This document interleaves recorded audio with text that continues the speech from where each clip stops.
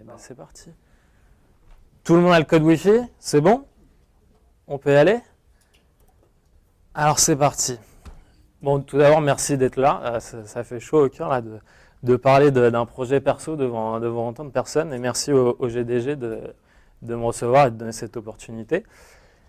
Alors aujourd'hui, je vais vous parler d'un projet perso. Parce que je devrais peut-être commencer par me présenter. Vous ne connaissez peut-être pas tous. Moi, c'est Joachim Vergès. Je suis développeur Android en pro et en perso.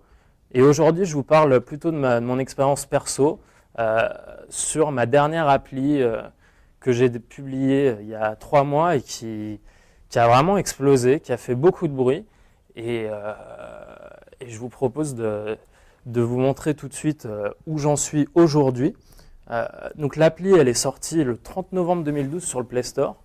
Et aujourd'hui, donc en 3 mois, j'ai acquéri 46 000 acheteurs, puisque c'est une appli payante. Elle est à 79 centimes sur le store, en tout cas elle l'était. Et l'actualité a fait que j'ai monté le prix. Je vous expliquerai après, c'est toute une histoire. Google Analytics me donne des chiffres beaucoup plus importants. On expliquera aussi pourquoi cette différence. Le compte Twitter que j'ai créé a plus de 7000 followers. Pour moi, c'était une première. Voilà, d'avoir une belle ressentie. Et puis surtout, tout travail mérite récompense. Et j'ai fait plus de 30 000 euros quand même avec cette petite application en 3 mois.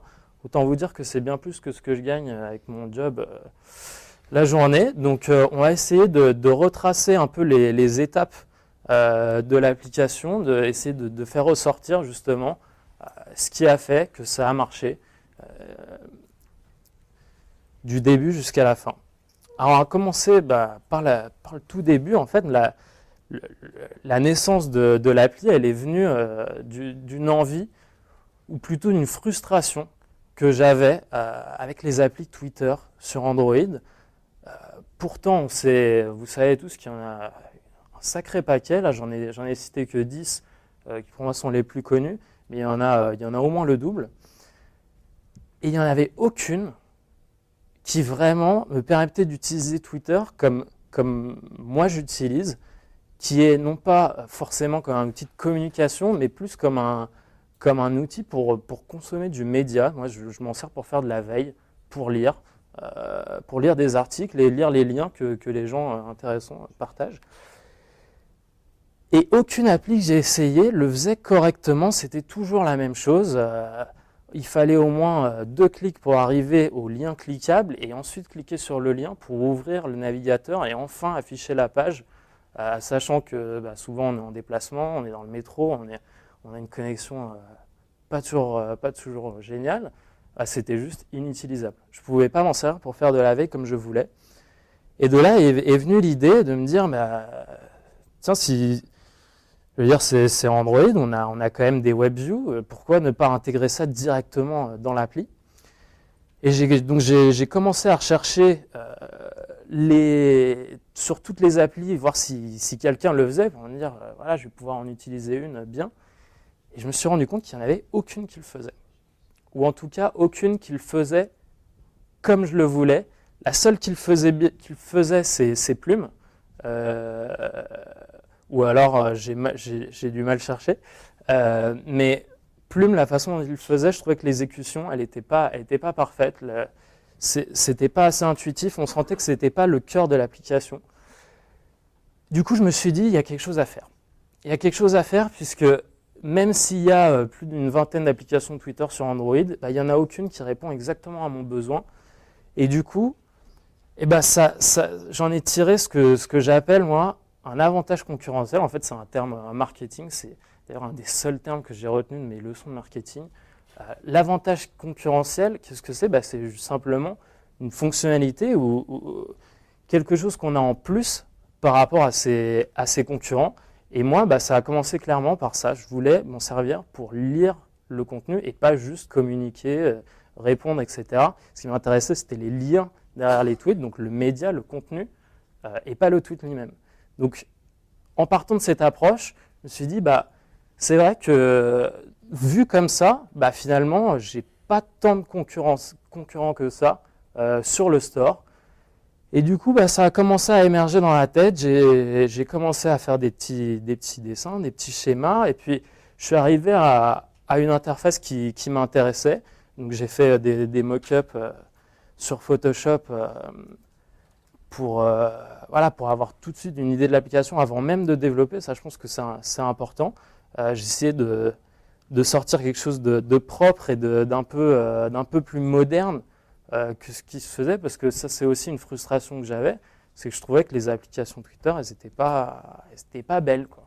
Elles n'étaient pas classe, elles n'étaient pas élégantes, pas vraiment agréables à utiliser. Donc ça, c'est la deuxième grande étape que j'ai fait en amont, avant même de commencer le projet. Et la dernière étape, qui pour moi, c'est la plus importante, c'est vraiment donner ce que j'appelle une âme à l'application. C'est essayer de lui trouver une identité, quelque chose de visuel, quelque chose de fort, qui va faire que les gens, quand on va leur mentionner le nom de l'application, tout de suite, ils vont avoir une image qui vient à l'esprit, et c'est cette image qu'il faut travailler. Alors moi, j'ai commencé par faire j'ai essayé plein de différentes schémas et des petits dessins que je faisais, et puis au fur et à mesure, je me suis dit, mais tiens, Falcon, ce que c'est un faucon. Le faucon, c'est un peu un oiseau dominant, c'est un peu un oiseau un peu menaçant. Du coup, je me suis dit, tiens, je vais faire un personnage un peu menaçant comme ça, un peu énervé. Donc ça a commencé comme ça. Et en même temps, le faucon, on l'aime bien, on aimerait bien l'avoir comme mascotte. En tout cas, moi, j'aimerais bien. On se dit, ok, c'est un prédateur, mais ça peut être aussi un ami. Du coup, j'ai essayé de balancer un peu ce côté menaçant et mignon. Et j'ai fait un petit dessin comme ça sur le papier. J'ai demandé à un ami designer de me le mettre en format numérique. Puis on a un peu itéré. Et on est arrivé à l'icône qui est l'icône d'aujourd'hui, qui pour moi, c'est une des raisons du succès de l'application, puisque vraiment, elle tape à l'œil, elle est reconnaissable entre mille. Quand on a un carré d'applications, on a 9 ou 12 applications, et cette icône, elle ressort. Et c'est ça, je pense, qui est vraiment important. Il faut que, je vais essayer de le reproduire dans toutes mes prochaines applis, que l'application ait une identité visuelle. Il faut que les gens, tout de suite, quand on pense Falcon, on pense, bam, c'est ça. Et ça inspire tout de suite les différentes émotions que je voulais passer, un peu menaçant, un peu mascotte, un peu mignon, etc.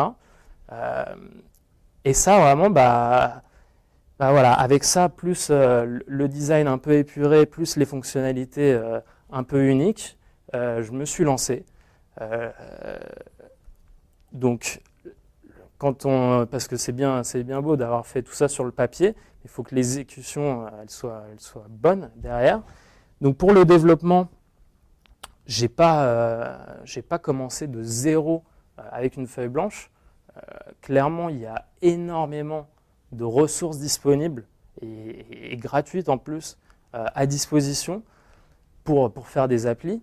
La première, c'est évidemment toutes les librairies qu'on peut trouver sur GitHub et autres qui sont open source et qui sont customisables à souhait. Donc, des librairies, il y en a pour tout. Il y en a pour faire son interface, il y en a pour les animations, il y en a pour gérer le réseau, pour gérer le cache d'images, pour faire des analytics, etc. Donc j'ai bien parcouru tout ça, j'en ai sélectionné quelques-unes que je pensais qui allaient être utiles dans mon idée de design que j'avais. J'ai aussi parcouru toutes les ressources graphiques que Google met à disposition et d'autres développeurs mettent à disposition, en particulier les icônes, parce que quand on est développeur, on n'a pas forcément envie de se taper le design d'une vingtaine d'icônes. Pour ça, il faut savoir que Google en fournit des très belles, elles sont déjà toutes découpées, etc. Donc je me suis pas pris plus la tête que ça, je les ai utilisées, elles sont suffisamment génériques pour qu'on puisse les utiliser dans différentes applications. Et puis évidemment, les outils les outils classiques de développement, voilà, faut profiter à fond de l'IDE. Il est quand même super intégré. Il y a l'éditeur de layout, bon, il n'est pas parfait, mais il aide. Le tool pour 9patch, par contre, il est lui indispensable. Donc, une fois que j'ai réuni tous ces outils, je me suis réellement lancé dans le développement avec une idée en tête. C'est de me dire, je ne vais pas me dire, ok, je me lance et je développe tout d'un coup. Je me suis donné un objectif. L'objectif, c'était simplement de faire ressortir la fonctionnalité unique dont on a parlé, l'avantage concurrentiel, et de se dire, voilà, mon objectif, c'est de faire ça, tant pis si les autres features, tant pis si le client Twitter n'est pas complet, etc. Ce que je veux, c'est juste coder le cœur de l'appli. Et le cœur de l'appli, pour mon appli, c'était simplement avoir sa timeline avec, en un clic, pouvoir accéder à tout type de médias, que ce soit un article, donc avec un navigateur intégré, une photo ou une vidéo. Évidemment, je ne me suis pas enfermé, je n'ai pas juste fait mon truc à la bourrin. J'ai laissé, j'imaginais déjà comment l'appli allait être plus tard, donc j'ai laissé des ouvertures.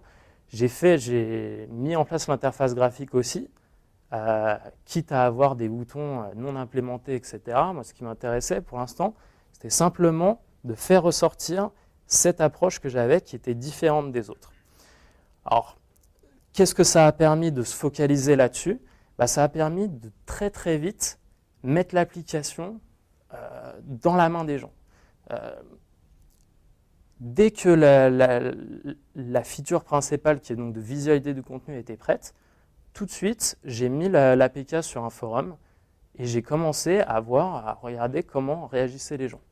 Alors évidemment, là je vous ai montré juste comment j'ai géré le fait qu'il y avait plein de parties non câblées dans l'application. Je l'ai simplement indiqué à l'utilisateur.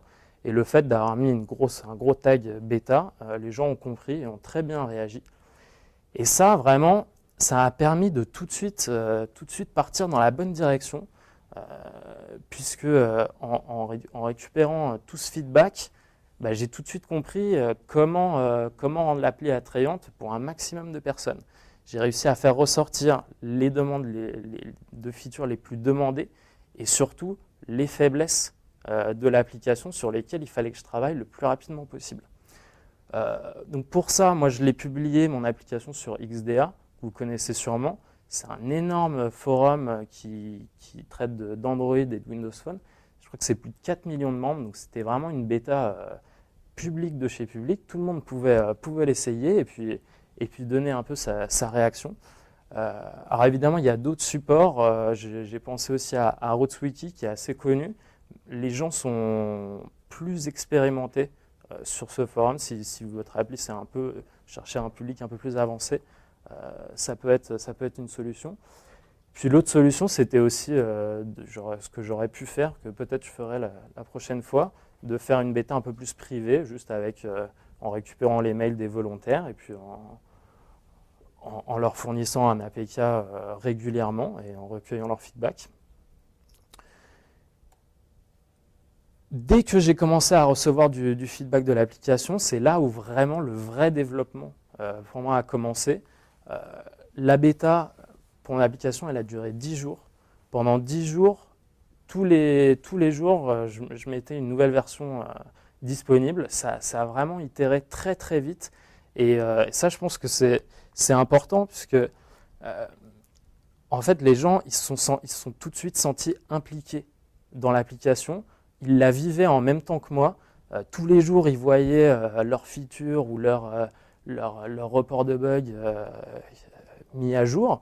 Et ça, vraiment, ça a commencé à créer déjà, avant même que l'appli soit terminée, un engouement pour l'appli et un engagement assez fort. Alors, évidemment, recueillir du feedback sur un forum, c'est pas toujours facile. Surtout que ça peut venir de différents médias, ça peut venir de Twitter, des mails, etc. Moi, pour m'organiser, personnellement, j'ai abusé d'Evernote. Evernote, pour moi, c'est mon deuxième cerveau. Dès que j'avais quelque chose d'intéressant remonté par quelqu'un, tout de suite, je me le notais et c'était accessible partout. Du coup, dès que je me remettais à travailler, j'avais tout de suite j'avais déjà une to-do list de prête qui se faisait naturellement et qui venait directement des utilisateurs. Ça, je pense que c'est important. Évidemment, comme tout bon projet en soft, les bugs passent avant les features. Donc vraiment, les bugs, il faut les éliminer le plus rapidement possible. Et autre outil d'ailleurs qui est utile pour se faire une to-do list utilisateur, c'est User Voice. Je ne sais pas si vous connaissez, c'est un service gratuit qui permet de se créer un petit site. Et les gens en fait peuvent demander une feature, mais ils peuvent aussi voter pour les features et commenter, etc. Du coup, naturellement, en fait, la to-do list s'ordonne en fonction de ce que les gens veulent le plus et ce que les gens votent le plus. Ouais, donc 10 jours la bêta. Pourquoi j'ai été aussi rapide? J'aurais pu prendre mon temps parce que justement, ce que je disais tout à l'heure, je sentais que l'engouement commençait à vraiment prendre, que de plus en plus de gens utilisaient l'appli. Et du coup, je voulais surtout pas perdre cette espèce d'effet nouveauté et ce buzz qui était en train de monter en puissance. Du coup, à la fin des 10 jours de bêta, je sentais que j'avais quelque chose de plus ou moins solide, en tout cas qui était utilisable au quotidien. Et c'est ça, je pense, le critère qui permet de switcher de la bêta à une release publique, c'est qu'elle soit utilisable au quotidien sans frustration, sans blocage, mais surtout ne pas la publier quand elle est... Enfin, ne pas attendre qu'elle soit prête à 100% pour la publier. Pourquoi? Parce qu'évidemment, le fait de dire qu'il y a des features qui vont arriver, eh ben les gens aiment ça, se disent que voilà, c'est pas juste un achat, ils n'achètent pas juste ce qu'il y a là, mais ils vont acheter ça, plus les features qui vont arriver. Donc évidemment, le but, pour moi, c'était de transformer tous ces bêta-testeurs en acheteurs, puisque quand j'ai mis l'application sur le store, elle était payante, je l'avais dit dès le début, hein, ils le savaient. Et donc, évidemment, j'ai gardé quelques features sous le coude et en particulier une feature au moins pour la release sur le market pour que les gens se disent, bon, il y a quoi de plus par rapport à la version que j'avais avant? Ah ouais, il y a ça en plus, bon ok, ça vaut les 79 centimes. Et ça, ça a très bien marché puisque dès le départ, sur le store, j'ai vu la courbe, elle a explosé. Enfin, j'ai fait beaucoup de ventes les premiers jours grâce à cette bêta qui, du coup, où les gens se sont sentis impliqués, les gens en ont parlé autour d'eux. Évidemment, comme elle était gratuite, tout le monde l'a essayé puisqu'il n'y a rien à perdre. Et puis, dès qu'on s'est un peu habitué, c'est dur de ne pas continuer. Du coup, l'achat est naturel au final. Évidemment, bon, les petits conseils pour l'affiche du Play Store, bon, c'est du classique. La bannière, évidemment, il faut qu'elle fasse ressortir le plus possible l'âme de l'application. Donc moi, j'avais mis en gros le fameux logo. Les screenshots qui fassent bien ressortir les avantages concurrentiels que vous avez par rapport aux autres. La description, ça c'est toujours compliqué, mais vraiment, il faut faire au plus court. C'est pas toujours facile, mais plus court c'est, plus c'est efficace. En tout cas, c'est mon expérience. Et enfin, au niveau du prix, évidemment, on ne met pas une appli à 10 € quand tout le reste est à 1 €. On s'aligne au marché et si possible, on se met. Moi, en tout cas, je me suis mis sous le marché parce que je comptais plus sur la quantité que sur un prix fort. Donc, le buzz de la bêta, il a marché. Mais ce n'est pas la seule chose qui a fait que ça a buzzé à la sortie. Une des premières sources de publicité pour vos applis, et c'est, je pense qu'une des plus importantes, c'est évidemment les blogs spécialisés. C'est eux qui vont parler de votre appli en bien, et c'est eux qui vont provoquer un gros pic de vente sur votre appli. Donc il faut les dorloter, il faut les contacter, il faut être ami avec eux, si possible. Et quand on fait un petit communiqué de presse et qu'on leur envoie par mail, c'est bon, évidemment, on essaie de faire ça limite prêt pour qu'ils aient plus qu'à le publier. Ça, en général, les blogueurs, ils aiment bien, parce que comme ils enchaînent, moins il y a de travail pour eux, plus on a de chances d'être publié. Donc on leur fournit, si c'est une appli payante, pas oublier de leur fournir l'APK. Si on peut leur faire des petits screenshots juste pour eux, ils sont encore plus friands de ça. Et si en plus le screenshot, moi par exemple, comme appli Twitter, si je pouvais avoir le blog en question sur le screenshot, là c'était jackpot, c'était quasiment sûr qu'ils allaient accrocher ou au moins que ça allait les faire réagir. Donc ça, évidemment, pendant la bêta, et tout le monde le savait, et à la sortie, ça n'a pas manqué. Tout le monde, tous les blogs l'ont repris. Donc ça a encore amplifié les ventes. Et l'autre source qui cette fois est totalement contrôlée par nous, c'est sur les réseaux sociaux. Clairement, là, on a un outil de communication très puissant. Il faut les utiliser, il faut tous les utiliser. Bon, moi, c'était une application Twitter, donc je me suis concentré sur Twitter, mais attention à Google+, qui monte en puissance et qui est très propice justement aux nouvelles applis, parce que c'est des gens un peu techniques en général. Facebook, perso, moi, j'accroche pas. Je sais pas vous, mais j'arrive pas à m'y mettre. Donc, j'ai laissé de côté. Je me suis concentré sur Twitter. Et pour vraiment être sûr qu'à la sortie, à la publication, quand l'application allait être disponible en payante, que ça allait créer une excitation chez les utilisateurs, j'ai fait du teasing, j'en ai abusé. Alors teasing, qu'est-ce que c'est ? C'est l'art de ne montrer qu'une partie de ce qu'on veut montrer pour susciter l'envie. Moi je les ai improvisés, hein. Il y a des petites techniques. Simplement, au lieu de montrer un screenshot directement sur votre compte Twitter, plutôt vous allez prendre en photo l'appareil un peu de loin, vous allez le flouter un peu avec un filtre Instagram, puis tout de suite, les gens ils vont commencer à essayer de regarder, tiens, qu'est-ce que c'est ? Et le fait que ça suscite l'imagination comme ça, ouais, ça a marché, les gens étaient excités, ils attendaient plus que ça sorte, qu'ils puissent l'acheter, et ça a marché. Alors évidemment, quand on est sur les réseaux sociaux, faut communiquer beaucoup. Si on reste silencieux trop longtemps, les gens ils commencent à se poser des questions, à se dire tiens, qu'est-ce qu'il fait, ça y est, il nous a abandonnés, etc. Donc il faut être transparent, il faut dire ce qui se passe, s'il y en a des problèmes, s'il y a des trucs, on le dit. Les gens préfèrent, je pense, l'honnêteté plutôt que le silence. Donc ça, c'est quelque chose d'important. Surtout parce que les gens comme ça peuvent vraiment encore plus s'identifier, parce que moi, bien sûr, le teasing, je le faisais du compte de Falcon, donc l'icône, elle était là-dessus. Donc les gens, en plus d'avoir l'image mentale du Falcon un peu menaçant comme ça, il y avait en plus une voix derrière qui parlait. Donc là, la personnification était réussie, et puis en plus, j'en ai profité à fond.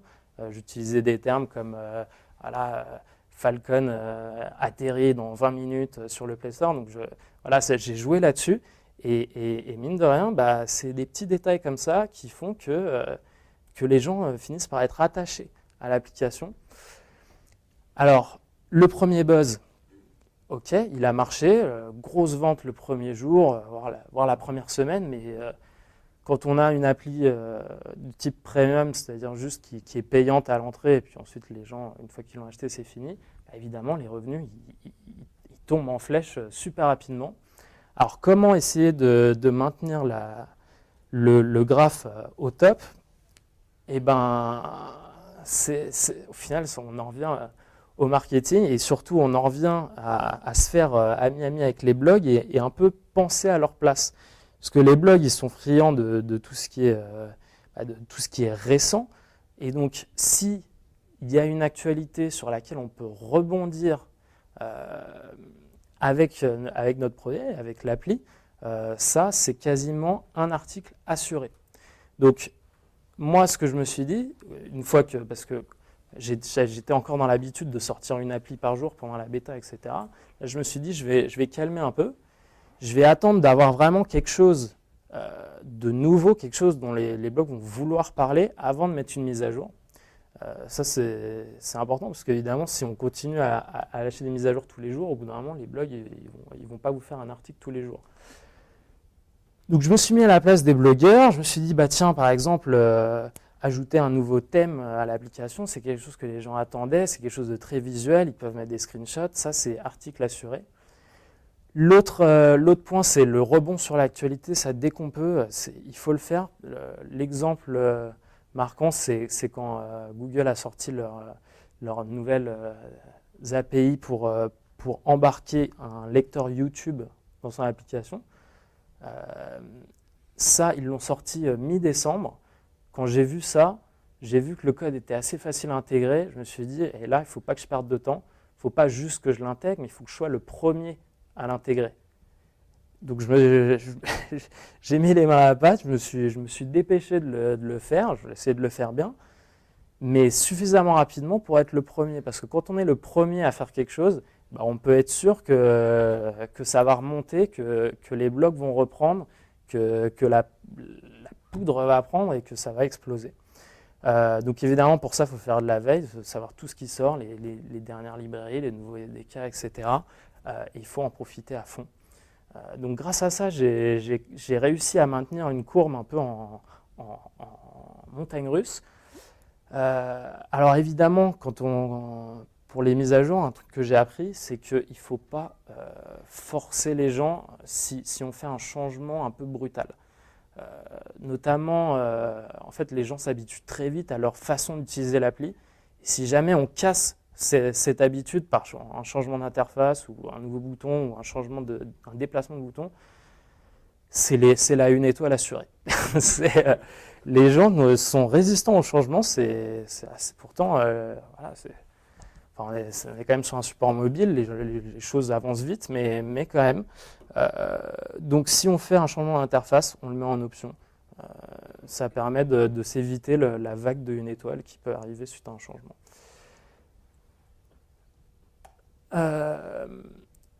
Pour comprendre un peu, pour maintenir aussi le buzz et l'engouement autour de l'application, j'ai été, c'est sûr que ça prend beaucoup de temps, mais j'ai beaucoup communiqué avec les utilisateurs, que ce soit par mail, par réseaux sociaux, etc. Dès qu'ils ont un souci, c'est là où il faut être réactif parce que quand on arrive à résoudre un souci à quelqu'un rapidement, pour eux, c'est wow, super service, bravo. En gros, ça, c'est un 5 étoiles quasiment assuré. Et en plus, on peut être sûr que les gens vont dispatcher la bonne parole à leur entourage. Donc ça, c'est quelque chose qu'il faut être vraiment réactif pour aider les gens, et pas perdre patience parce que souvent on répète énormément de fois la même chose. Quand il y a quelque chose qui n'est pas super facile à comprendre, en général, les gens tombent dessus. Et ça permet de voir aussi les points d'amélioration. S'il y a beaucoup de gens qui bloquent sur le même point, c'est clairement il y a quelque chose à améliorer là-dessus. L'autre chose où il faut faire attention, c'est ne pas s'emballer trop vite parce que dès que voilà, on commence à avoir un peu une base d'utilisateurs, les messages et les questions, ça fuse. En général, quand on vous demande hey, quand est-ce que ça arrive ou et ça c'est pour bientôt, etc. Enfin, tout ce qui est time frame, en général, moi j'ignore complètement parce que ça ne fait que s'engager pour un truc où on n'est pas sûr. Donc ça, préférable d'ignorer ces demandes-là. Quitte à dire, voilà, je ne donne pas de date, les gens finiront par comprendre. Et l'autre type de demande, enfin d'utilisateurs que je vois souvent, c'est des gens qui sont un peu, alors je ne sais pas si c'est juste parce qu'ils aiment bien troller ou parce qu'ils sont jaloux, mais voilà, il y aura toujours quelqu'un qui va vous dire, non mais de toute façon... enfin, voilà, un truc qui est complètement à côté de la plaque, mais qui va être une critique forte. Faut pas céder à ça. Faut surtout pas leur répondre à ces gens-là. Je l'ai vécu. Ça fait que enflammer la discussion et en général, ça finit par avoir une mauvaise image pour nous en tout cas. Donc, si vous devez retenir un truc, don't feed the troll. Si vous voyez un troll, laissez-le s'affamer. Il se fatiguera tout seul de toute façon.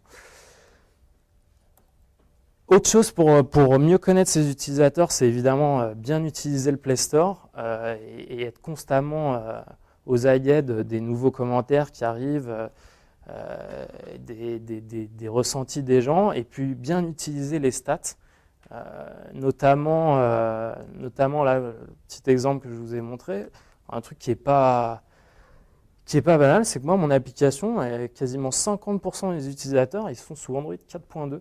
Ce qui est quand même la dernière version d'Android, et quand on sait le nombre de téléphones et de tablettes qui ont 4.2, c'est pas beaucoup, et ça en dit long sur le type d'utilisateur qui apprécie l'application. C'est des utilisateurs plutôt avancés, qui aiment bien la technologie, qui aiment bien avoir leur truc à jour. Quand on compare par rapport aux autres applis dans la même catégorie, donc communication, 4.2 c'est 1%. Donc ça, clairement, ça me donne une info intéressante. Par exemple, là en ce moment, je suis en train de faire un nouveau widget. Clairement, je ne vais pas le rendre rétro-compatible pour 2.x. Pour 3% des personnes, ce n'est pas intéressant. Autre source d'information très intéressante, c'est Google Analytics. Donc encore une petite librairie très simple à intégrer et qui donne vraiment beaucoup d'infos, beaucoup plus que le Play Store.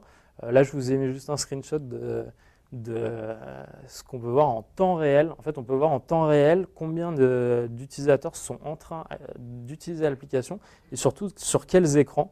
Alors voilà, je trouvais ça rigolo, même si moi, ça me sert un peu à rien personnellement d'avoir cette info-là. Et par contre, il y a d'autres infos très intéressantes, notamment le nombre d'installations réelles et le nombre d'utilisateurs réels de l'application, et pas que sur le Play Store. Et c'est là où je suis un peu tombé de haut, puisque je vous disais tout à l'heure que j'ai à peu près 46 000 acheteurs uniques. Mais Google Analytics, il me sortait simplement 3 fois ce chiffre, c'est-à-dire plus de 150 000 utilisateurs actifs. Alors je me dis, bon, qu'est-ce que c'est ? Et bon, ça c'est quelque chose qu'il faut savoir sur Android. La piraterie, c'est assez répandu. C'est très facile de trouver un APK sur Google, limite, et de le télécharger et de l'installer. Et ça prend moins de temps, limite, et c'est plus facile que de, évidemment, rentrer sa carte bleue pour la première fois, etc. Donc oui, les gens, quand ils savent qu'on peut obtenir les applications payantes gratuitement, bah, évidemment, ils vont essayer. Alors, ça, c'est quelque chose d'assez récent. Puisque quand je me suis rendu compte de cette grosse différence, la piraterie, c'est un projet perso, donc en plus je me suis déjà fait quand même pas mal assez d'argent. Je me suis dit, bon, bah, voilà, les pirates, ils veulent la pirater. Le problème, c'est que là, le contexte était un peu différent. Quand on fait une application Twitter, on est limité à 100 000 utilisateurs uniques. Alors évidemment, ça pose problème quand on a beaucoup de pirates comme ça, plus de la moitié. Du coup, ça c'est quelque chose que j'ai appris récemment, donc c'est encore un peu chaud pour moi, c'est encore à chaud. Il y a des méthodes pour sécuriser son APK, pour éviter qu'il se retrouve un peu partout sur le net. La première, c'est encore une fois une librairie. Donc ça, les librairies, c'est magique. C'est comme les Lego, on en ajoute comme ça, c'est super facile et ça permet de faire des applications riches et avec beaucoup de fonctionnalités. Donc là, c'est une librairie qui est dédiée à la vérification de licence. Alors, bon, c'est toute une histoire encore celle-là, puisque elle commence à dater un petit peu. Les pirates la connaissent bien, donc elle est facile à bypasser.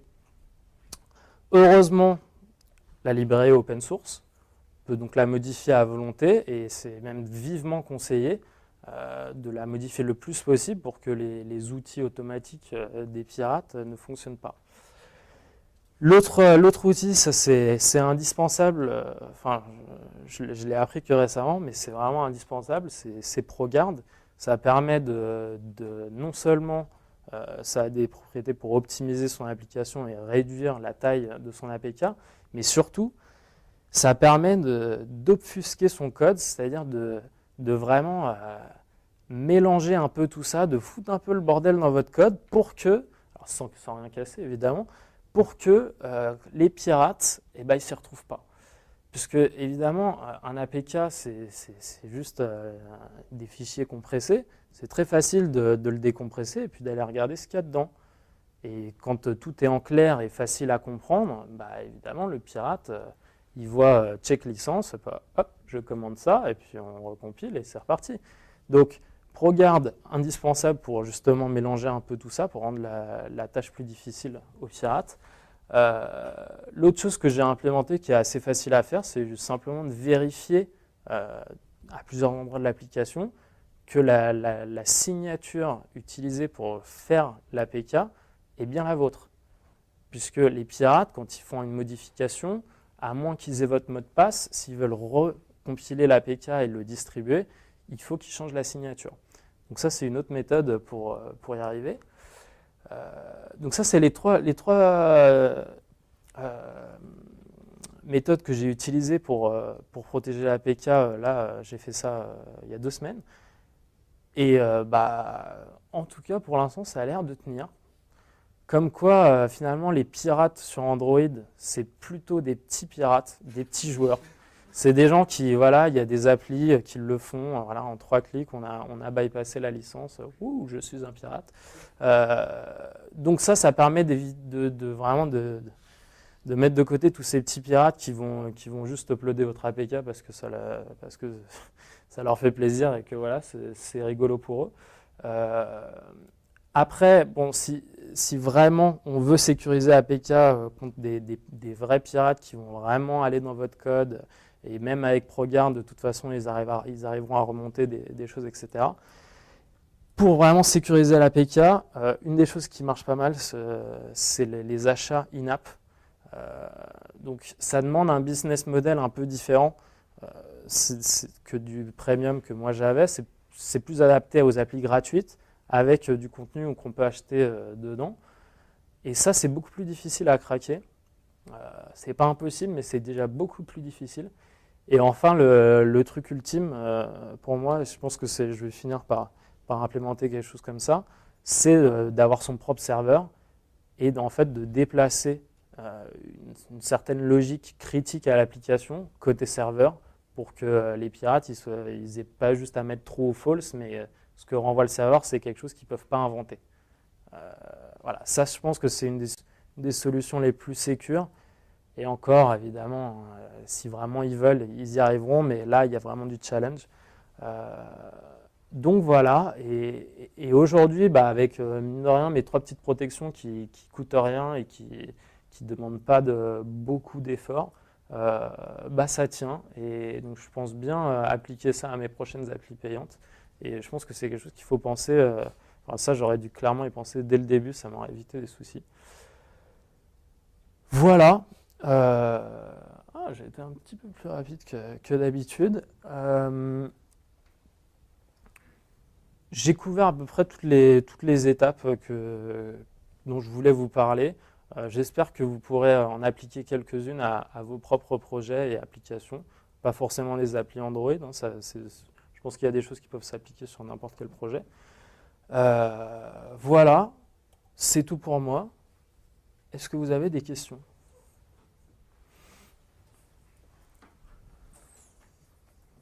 Je prends l'autre micro. Tiens.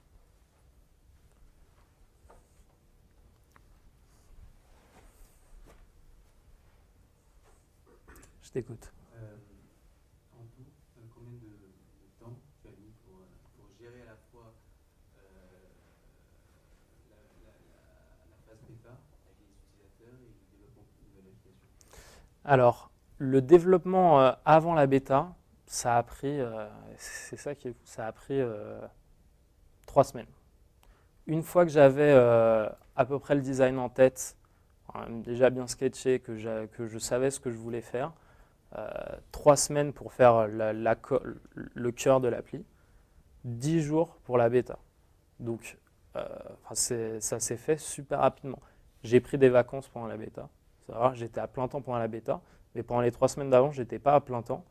Et donc voilà, donc ça montre bien qu'avec les bons outils, etc., on peut faire une application de qualité en très peu de temps et qui rapporte.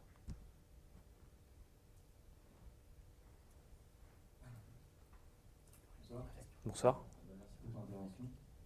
Moi, il y a deux questions. La première, je voulais savoir si tu avais une idée de ton coût d'acquisition par utilisateur. Comment ça coûtait en gros de recruter tes utilisateurs.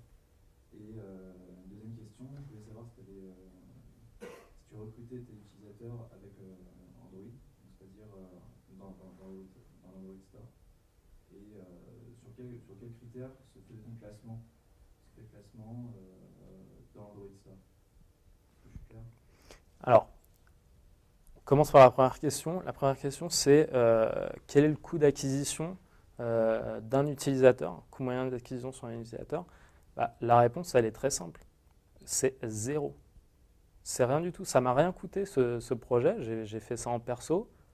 J'ai eu 0 dépense. Le seul coût, c'était mon temps. Donc évidemment, si je dois estimer le coût de mon temps, là oui, peut-être ça aura un coût. Mais c'est ça qui est très fort quand on est dans le software, c'est qu'on a besoin de très très peu d'outils. On a besoin de très peu d'outils, très peu de matériel. Au final, c'est vraiment du tout bénéf. Donc le coût d'acquisition à un utilisateur, il est nul. Et donc deuxième question, tu peux me la répéter, s'il te plaît? Alors en fait, c'était plus une question globale, je voulais avoir ton avis là-dessus. Je voulais savoir en gros ton application dans l'Android Store, comment tu pensais que tu pouvais faire monter en classement et si ce classement-là était vraiment utile pour recruter encore plus d'utilisateurs. Ouais, alors le classement, donc la question c'est comment monter dans le classement sur le Play Store. Alors pour monter en classement sur le Play Store, honnêtement leur algorithme, je ne sais pas comment ils s'en sortent, mais pour moi il y a deux variables. C'est le nombre de téléchargements, on va dire hebdomadaires, et les notes. Donc nombre de téléchargements hebdomadaires, donc, comme on l'a vu, pour faire monter les téléchargements, il faut produire de l'actu. Faut que les gens en parlent. Ou alors, il faut réussir à avoir une bonne communication pour que les gens continuent à toujours être un peu passionnés par l'appli et qu'ils passent le message autour d'eux. Après, pour monter sur le Play Store, ouais, il n'y a pas de secret. Il faut juste que l'appli soit appréciée. Si on a des très bonnes notes, tout de suite ça va remonter. Et si on arrive à faire du buzz régulièrement, ça va permettre de la maintenir. Après, c'est quand même assez volatile. Elle baisse très vite dans le classement dès que je ne fais pas de mise à jour pendant une semaine ou personne n'en parle, etc. Tout de suite, ça plonge. Et après, c'est sûr qu'évidemment, plus l'appli est haute, plus elle est visible et donc plus il y a de téléchargements. Mais ce n'est pas aussi vrai que sur iTunes. Alors, en tout cas, j'ai l'impression, c'est peut-être mon ressenti en tant qu'utilisateur aussi, le Play Store, il est pas facile à naviguer, à browser. En général, on va sur le Play Store avec une idée en tête. En tout cas, c'est mon utilisation. Et on ne s'amuse pas à parcourir les 200 premiers top payants. En gros, si on n'est pas un éditeur PIC, on est peu visible sur Play Store. Donc nos armes, c'est les blogs et c'est les réseaux sociaux. Bonsoir. Embêter les pirates, c'est souvent un peu embêter les utilisateurs aussi. À fond. Est-ce que vous avez eu beaucoup de retours par rapport à ça?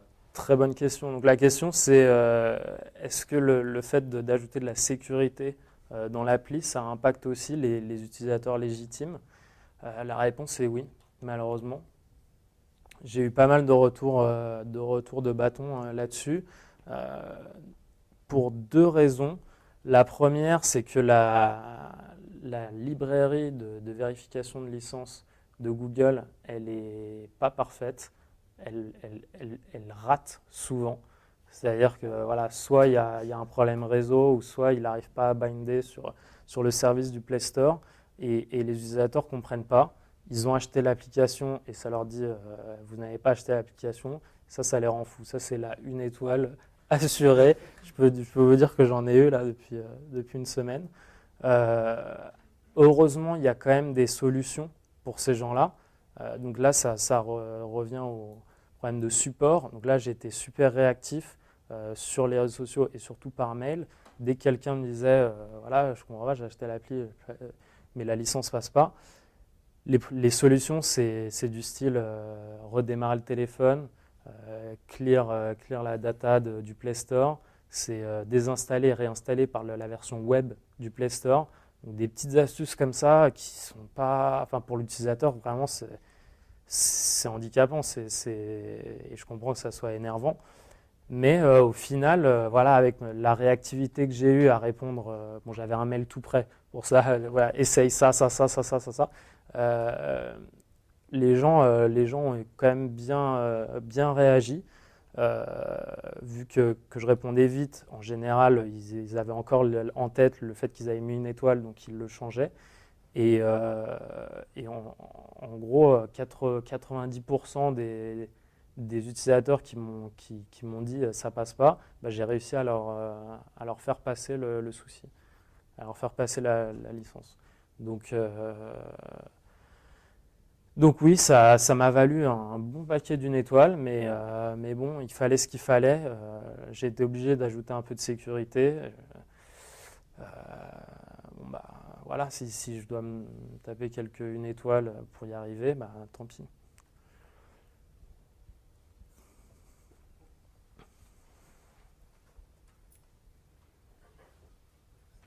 Bonsoir. Bonsoir.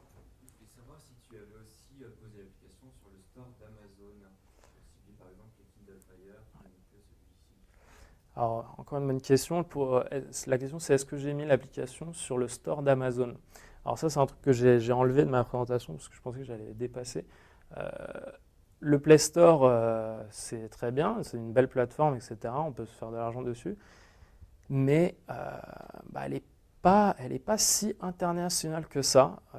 Android, c'est présent dans beaucoup de pays émergents et en masse. Et pourtant, il y a encore des pays qui n'ont pas accès au Google Play payant. Et ça, c'est un vrai problème. Mais du coup, les solutions, c'est justement les stores alternatifs. Donc Amazon, c'en est un, mais c'est un peu particulier puisque c'est que pour les Kindle Fire, etc. Personnellement, je ne l'ai pas mise dessus. Tout simplement parce que voilà, j'ai pas eu tant de demandes que ça. Si je commence à avoir des demandes répétitives, hey, j'ai une Kindle, je veux utiliser ton appli, bon, je prendrai le temps de le faire. Par contre, mon application, elle est sur un market alternatif qui s'appelle Android Pit. C'est des Allemands qui font ça et ils acceptent PayPal. Et ça change pas mal la donne puisqu'il y a beaucoup de gens qui soit n'ont pas accès au Google Play payant, soit refusent tout simplement de mettre leur carte bleue ou n'ont pas de carte bleue disponible. Et bah, PayPal, c'est quand même un moyen de paiement bien généralisé maintenant qui rend bien des services. Et donc à tous les gens qui me disaient hey, je ne peux pas acheter ton appli parce que telle raison, je les renvoyais tout de suite sur ce store-là en leur disant voilà, ils acceptent tout plein de méthodes de paiement. Les mises à jour, ça se passe très bien, c'est d'ailleurs même plus rapide que sur le Play Store. Donc ça, c'est un argument aussi pour leur dire, parce que des fois, ils se disent oh, ça a l'air pas très, c'est quoi ce store, etc. Je leur dis qu'ils auront les mises à jour avant même le Play Store. Et ça, en général, ça marche bien. Et c'est vrai, dès qu'on upload, c'est disponible, contrairement au Play Store qui met au moins 1 heure. Donc je l'ai mis sur ce store-là. Il y en a d'autres. Je sais qu'il y a d'autres solutions. Il y a même une start-up là, qui m'a contacté qui fait de l'achat de... Alors on paye au mois, 3 € au mois, et on a accès à toutes les applis premium. Alors voilà, donc il y a vraiment plein de trucs qui s'organisent autour du fait que le Google Play, bah, il a des faiblesses, clairement. Donc il y a des solutions. Je suppose que du coup, pour les markets alternatifs, tu n'as pas pu utiliser la librairie de Google License. Eh bien, figure-toi que si... Alors la question, c'est pour le market alternatif, comment je me débrouille pour la licence. Eh bien, figure-toi qu'une des raisons pour laquelle j'ai choisi ce market alternatif, c'est qu'il propose aussi une librairie de vérification de licence qui, en fait, s'appuie sur celle de Google. Donc c'était très simple à implémenter. En fait, tout simplement, il étend les classes de la librairie de Google et on utilise directement leur implémentation plutôt que de la licence directe. Et en fait, ce qu'il fait, c'est tout simple. Il va d'abord checker la licence de Google, du Google Play. Si la personne ne l'a pas, on check la licence de Android Pit. Et donc si les deux passent pas, là c'est licence fail, etc. Donc ça marche plutôt bien. Et puis les gens qui achètent l'appli qui ont acheté l'appli sur Android Pit en général ont été très contents. Donc voilà, le Google Play c'est pas la seule source. Même si les ventes que je fais sur Android Pit c'est complètement négligeable par rapport à celle du Google Play, mais au moins ça me permet de bien répondre aux gens, de leur dire mais vous inquiétez pas, il y a d'autres alternatives. Hop, vous avez les mises à jour avant tout le monde, donc tout le monde est content. PIT, Android PIT.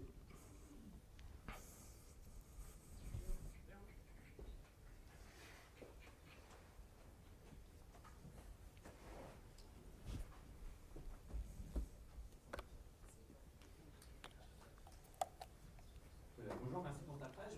En fait, moi je voulais savoir si ton expérience et ton réseau pro a pu t'aider aussi dans cette production d'applications. Je pensais notamment, tu as parlé d'un ami qui t'a aidé pour le design. Ouais. Typiquement, quand on est développeur, le design c'est pas forcément Ouais. un truc.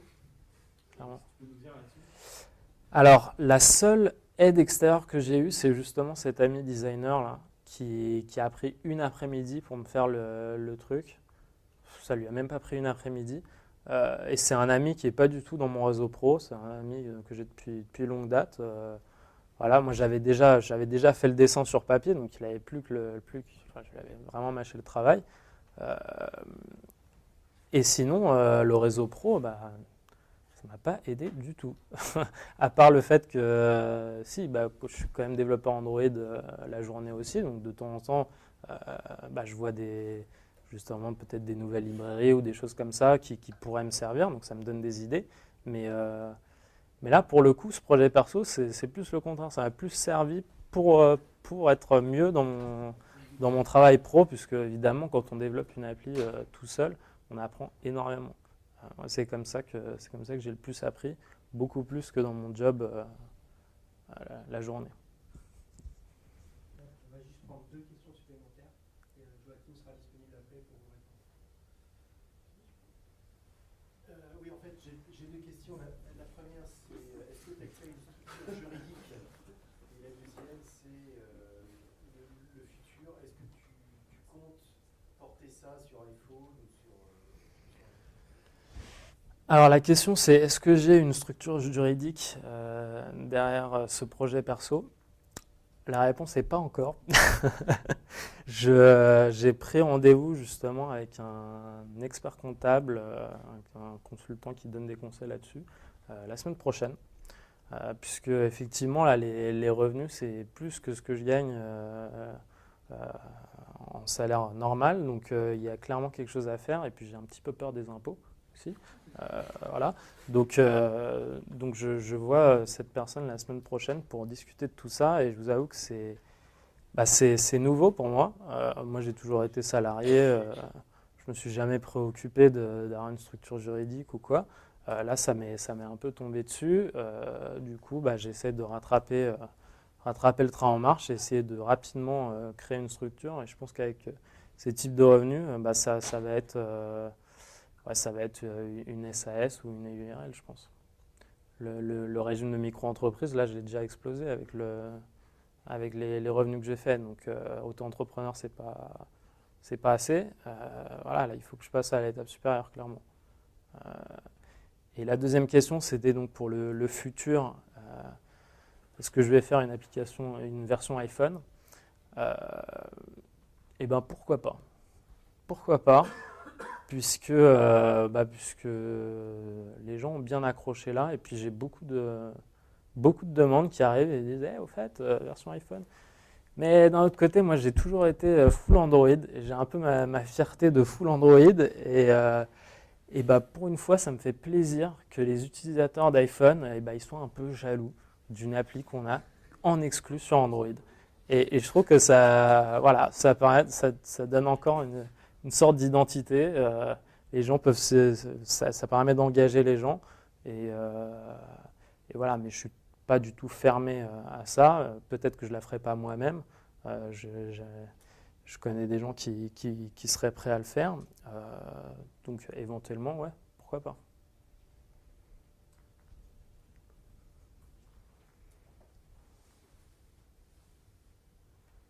Bonjour, merci pour la présentation. Petite question, tu disais que tu avais contacté des blogs pour présenter ton application. Est-ce que tu as ciblé des blogs à l'international ou ça s'est fait un petit peu tout seul à l'international? Parce que pas mal de blogs, de podcasts également ont présenté ton application assez rapidement. Alors justement, donc la question c'est est-ce que j'ai ciblé des blogs plutôt à l'international ou des blogs locaux pour commencer le buzz. Clairement, j'ai ciblé directement les blogs internationaux. C'est eux qui font le plus de bruit. Donc les plus gros, en tout cas pour moi, c'est Android Police, Android Central et peut-être Android On Me. Mais si on a déjà Android Police et Android Central, tous les autres blogs prennent leur source là-dessus. Donc dès qu'on en a un gros, en général, le reste suit. Et d'où le fait que sur beaucoup de podcasts, ils en ont parlé, etc. Puisque les gens qui font un minimum de veille sur Android suivent ces blogs-là. Et du coup, le bruit, ça s'est ébruité super vite. Donc au final, en ciblant 3 blogs, ça a suffi pour faire le tour de tous les blogs, quoi.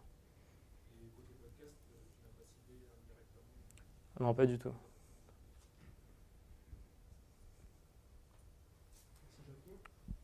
Merci à vous et merci. Et n'hésitez pas à venir me parler après autour d'une pizza, je suis très accessible, donc aucun souci. Merci.